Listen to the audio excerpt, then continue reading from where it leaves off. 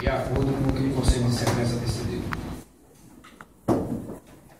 Sentença: Tribunal do Júri. Homicídio duplamente qualificado. Motivo: furto e utilização de recursos que tornou impossível a defesa da vítima. Reconhecimento pelo Conselho de Sentença, procedência da denúncia e condenação. Reconhecido o Conselho de Sentença, autoria e materialidade do crime de homicídio duplamente qualificado, a condenação dos réus em imposição legal.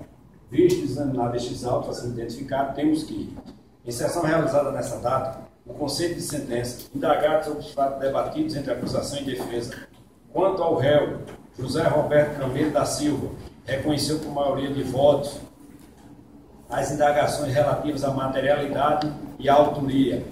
Ato seguinte, por votação majoritária, negou a absolvição do acusado e, por votação majoritária, foram reconhecidas as qualificadoras de motivo furto e de utilização de recursos que impossibilitou a defesa da vítima. Quanto ao réu Auriceu Sutério da Silva, o Conselho de Sentença reconheceu por maioria de votos a materialidade do delito, bem como a sua autoria. Ato seguinte, por votação majoritária, negou a absolvição do acusado, rejeitando a tese de ausência de provas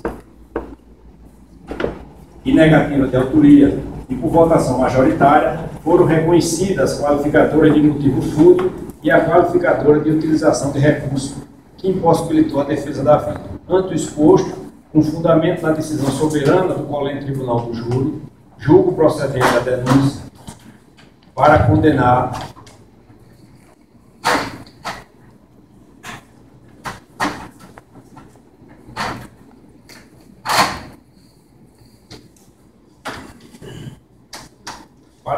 os réus José Roberto Camelo da Silva e Auriceu Sutério da Silva, já qualificados como incurso nas penas do artigo 121, parágrafo 2º, inciso 2 e 4 do Código Penal. Passo a dosagem da pena de acordo com o artigo 59 e 68, 11 do Código Penal. Quanto ao réu José Roberto Camelo da Silva, culpabilidade foi intensa, o réu agiu consciente da ilicitude e reprovabilidade do ato praticado. O réu não apresenta registro de antecedentes criminais, não há nos autos elementos desabonadores de sua conduta social, a personalidade não revela tendência para a prática de delito, o motivo do delito, considerado fútil, foi reconhecido pelo Conselho de Sentença e servirá para a qualificação do crime em tela. Já a circunstância de ter sido cometido o delito com utilização de recurso que tornou impossível a defesa da vítima, também reconhecida pelos senhores jurados como qualificadora, será considerada essa na fase de agravamento da pena. As consequências do delito foram irreversíveis, o comportamento da vítima não contribuiu para a prática da infração penal.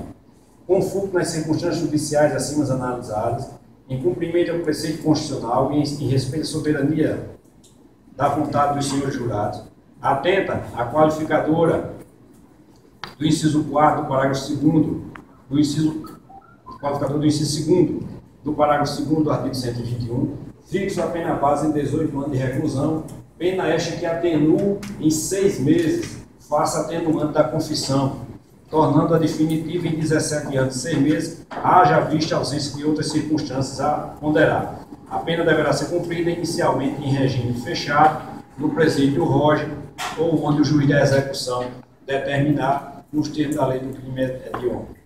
Quanto ao réu Auriceu Sutério da Silva, culpabilidade intensa, réu também agiu consciente da ilicitude e reprovabilidade do ato praticado, não apresenta registro de antecedentes criminais, não há nos autos elementos desabonadores de sua conduta social, personalidade não revela tendência para a prática de delito, o motivo, considerado furto, foi reconhecido pelo Conselho de Sentença e servirá para a qualificação do crime em tela.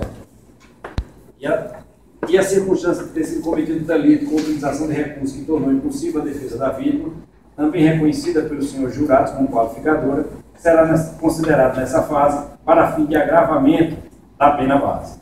As consequências do delito foram irreversíveis, o comportamento do ofendido não contribuiu para a prática da infração. Conforme nas circunstâncias judiciais acima analisadas, em cumprimento ao preceito constitucional e respeito à soberania da vontade dos seus jurados, atenta a qualificadora do inciso 2 do parágrafo 2º do artigo 121, fixo a pena base em 18 anos de reclusão, tornando-a definitiva, haja vista a ausência de outras circunstâncias a ponderar. A pena privativa deve ser cumprida em regime inicialmente fechado no presídio do Roger ou em outro local indicado a critério do juiz da execução penal. Da manutenção da prisão dos réus. Em conformidade com o disposto no artigo 387, parágrafo 1 do CPP, com redação determinada pela Lei 11.719/2008, o juiz decidirá fundamentadamente sobre a manutenção, ou se for o caso, imposição da prisão dos réus ou de outra medida cautelar. No caso em tela, mantém os réus presos por permanecerem presentes os pressupostos da prisão preventiva anteriormente decretada, vê-se permanecer inalterados os motivos que ensejaram a segregação cautelar dos réus, bem como ter os réus respondido todo o processo preso por força do decreto preventivo. Isento o réu de custas, faz terem sido patrocinado pela Defensoria Pública.